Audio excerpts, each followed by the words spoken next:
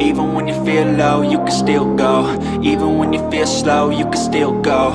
Even when there's no hope, you can still go. I never answer to no, man, I still go.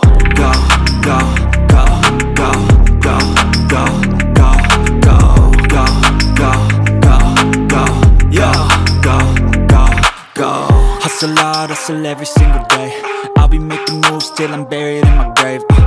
To the system, I don't wanna be a slave. I've been doing shit my way, or the highway. And in the driveway is a nice range, 'cause I grind through the climb, I invite pain. Hey, what's going on, everybody? Welcome back to another episode of Ugly Critiques. This week I got the Defy shirt on from up in Seattle, Washington. Great company ran by my good friend Matt Farmer. A lot of my friends work through there, and my son Titus works there, and a lot of great talent coming up in that company. It's an awesome thing.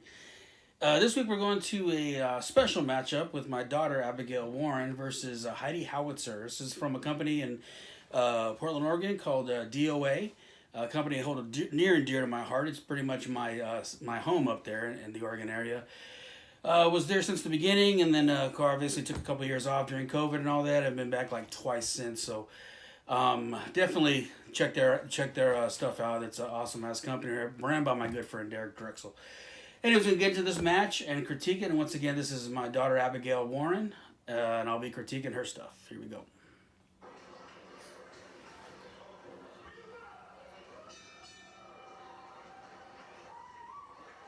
Big crowd. They usually draw pretty well in that building there. Really, really awesome fan base.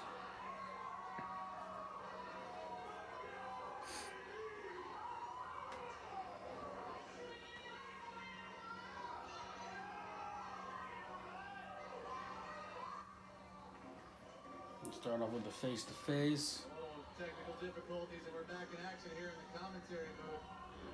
High face back. Heidi traveled here from the future. I wish the camera would stay on one freaking spot so I can see right the facial. There we go. Our commentary booth here for just a second. Strange things will happen in the future. I don't know why she did it before. She should have slapped your back, but I don't know. If you're going to do the head-to-head, it probably should have started off pie face, slap. You're both mad face-to-face, and then you can do the run or whatever gimmick you're going to do right here.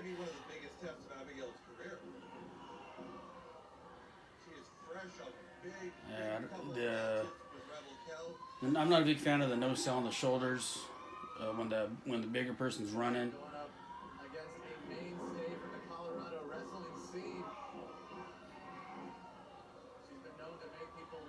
Yeah, good powder out. Good work outside with the fans. I always like when Abigail's out there. I've seen some of this stuff somewhere before, but it's awesome. Great heel work. I would have probably been talking to the fans a little more. The camera people, they amaze me sometimes. I haven't seen much of the Heidi girl. Seeing right there, like, I don't know if that's her gimmick or something like that, but you know, if Abigail's bigger and she's running, there's no reason why she should be bumping on that. Yeah, if you're wrestling Isadora or Coach Nugs or something, you probably want to sell. They're not going to sell your tackle, but I probably got that a little higher, but that was good. I like that Inseguri.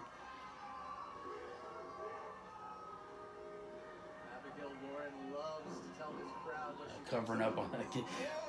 Fuck, that always kills me, that sell. If you ever been kicked in the stomach by somebody and you turn and you know that kick's coming, you're always going to put your hands there to cover. It's one of the worst things is getting the wind knocked out of you when you're wrestling, and it always just, even though you try not to. I wrestled Bubba a few times, and the first time he kicked me in the stomach, knocked the wind out of me, was the last time because I'd always cover up.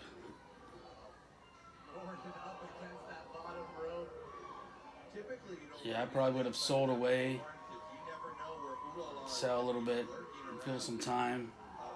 And this is one of these things with these small rings, these low boys, is that it's so hard to do the headbutt to the mat because it's just so the size difference.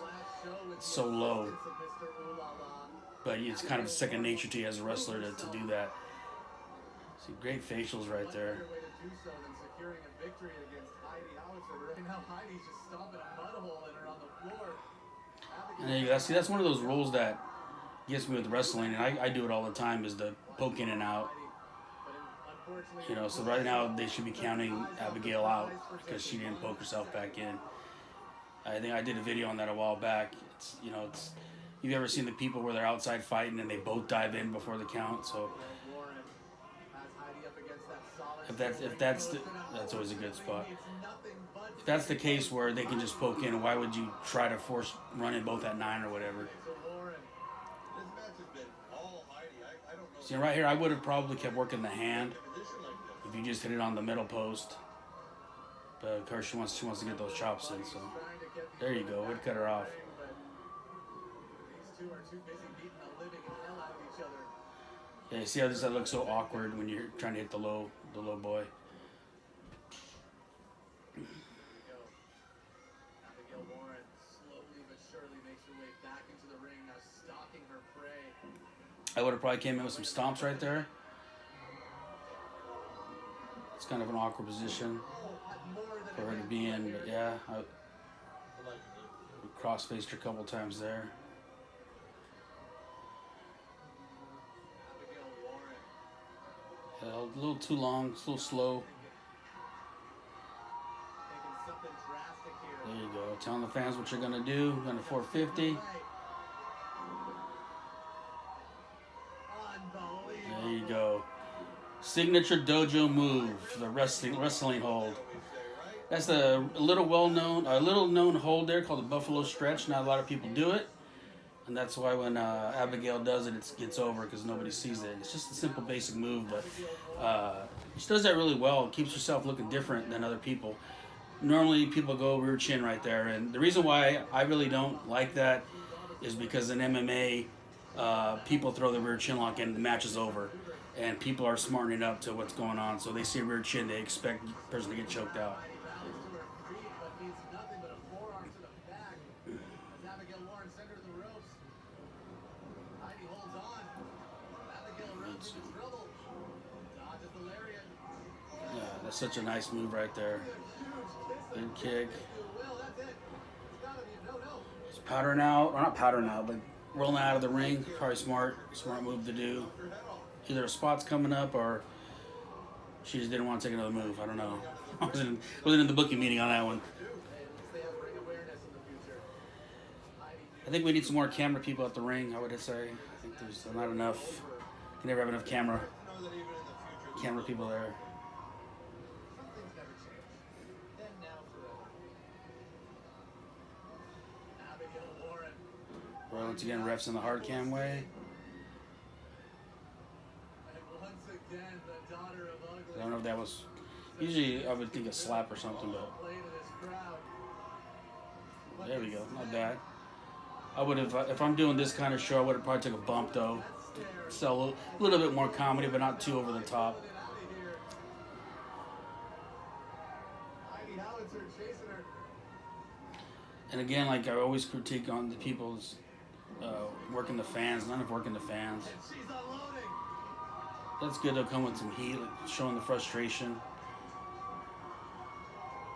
I think these mind games with Abigail Warren have really just made Heidi She should have done the heat though and get up and circle around. Do that. And then right there, probably if you're doing the punching, she could have got upset with the fans. Abigail could have worked up, went to throw a line, duck it, bounce off ropes, boom, then double clothesline. That probably would have been a lower better spot. They kind of looked at each other and just ran with the clothesline. It's got to be unexpected, you know. You both aren't running this way and then just hate each other. But that's a good double down. matchup ends in a draw. After that vicious just fight we witnessed, I wouldn't be surprised. Fans are buying it. The fans are into it. So that's the main thing I'd say all the time, every video. The fans are into it. That's all that matters, man. On their knees, exchanging a series of rights. Because if the fans are into it, anybody says anything negative, they become the asshole because the fans liked it. So These two competitors are making me glad I'm retired. They punched each other and headbutt each other. yeah, she probably could have sold that. I wonder how old this Heidi Howitzer girl is. how long she's been working, because I've never really heard much about her. But she's solid, man. She got good shit going on. I actually like the look. I think she does the space thing though, which some of those gimmicks like that. Like, for example, Sandra Moon's one of my favorite wrestlers, and she does that. Her weights from like space knots or something like that. But I'm not a fan of that. Doesn't mean it's wrong. It gets over. I don't like that. But it is what it is. Gimmicks are gimmicks. Whatever you got to do to get over, man. Just as long as you get over and work that gimmick, make it make sense.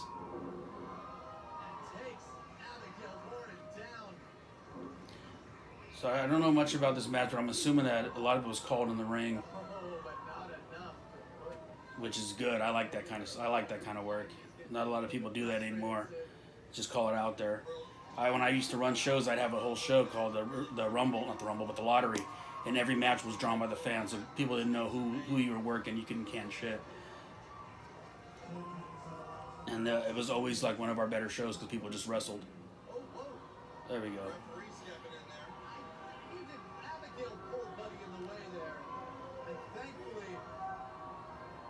Yeah, probably should have been a better cutoff right there. It was left right in the fucking mouth. Fuck it. Oh shit. Man down. Sniper, man down.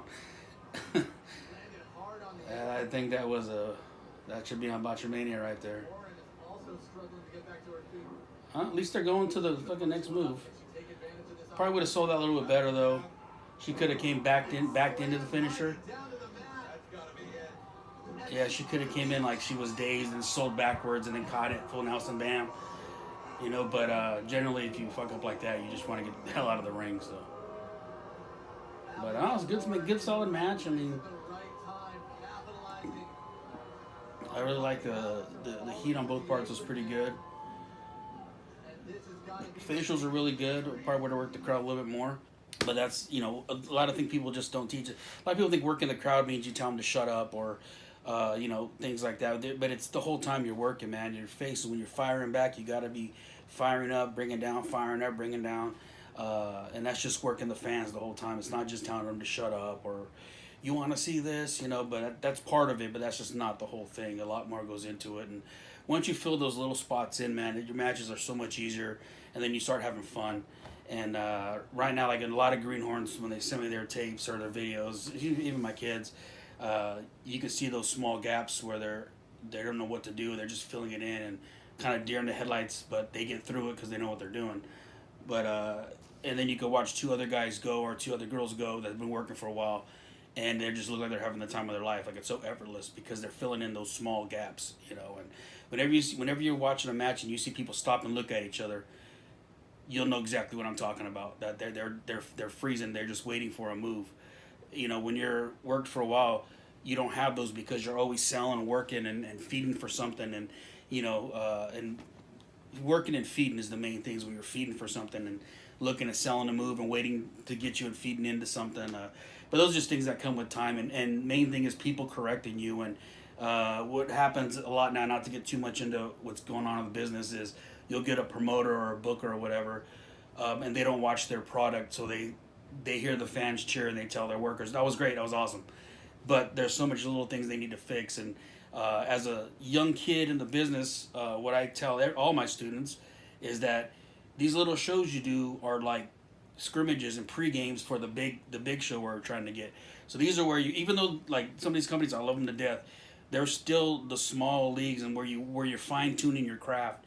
And you want to get up to New Japan, AEW, WWE, fucking all these other big companies. That's where you want to get to. So this is where you got to work on those things. And don't just worry about doing something funny to get over with the fans. Let your work get over. Funny's funny. If you want to be known as a comedy guy, then that's your shtick. It's whatever. But work on those small things, man, because when you go to get a tryout or whatever, Power Performance Center or before WWE show, they have little tryouts or whatever. Those are the things they watch. They don't give a shit what funny thing you do, what big move you do. They want to watch the little things you do, working the hard cam, working the fucking hold, bumping and feeding, and things like that. That's what they want to work, and that's what they're going to hire you on. unless you're like the Rock's daughter or something like that. But they want to see those little things, and that's what you need to work on, and that's when you'll start getting better matches and making money. But anyways, I'm going to end that right there. Don't forget to like, subscribe, click the bell icon. Stay tuned for the next episode. I will have it up soon, and I already said the shirt, so we're going to cut it there. Even when you feel low, you can still go. Even when you feel slow, you can still go. Even when there's no hope, you can still go. I never answer to no, man, I still go. Go, go.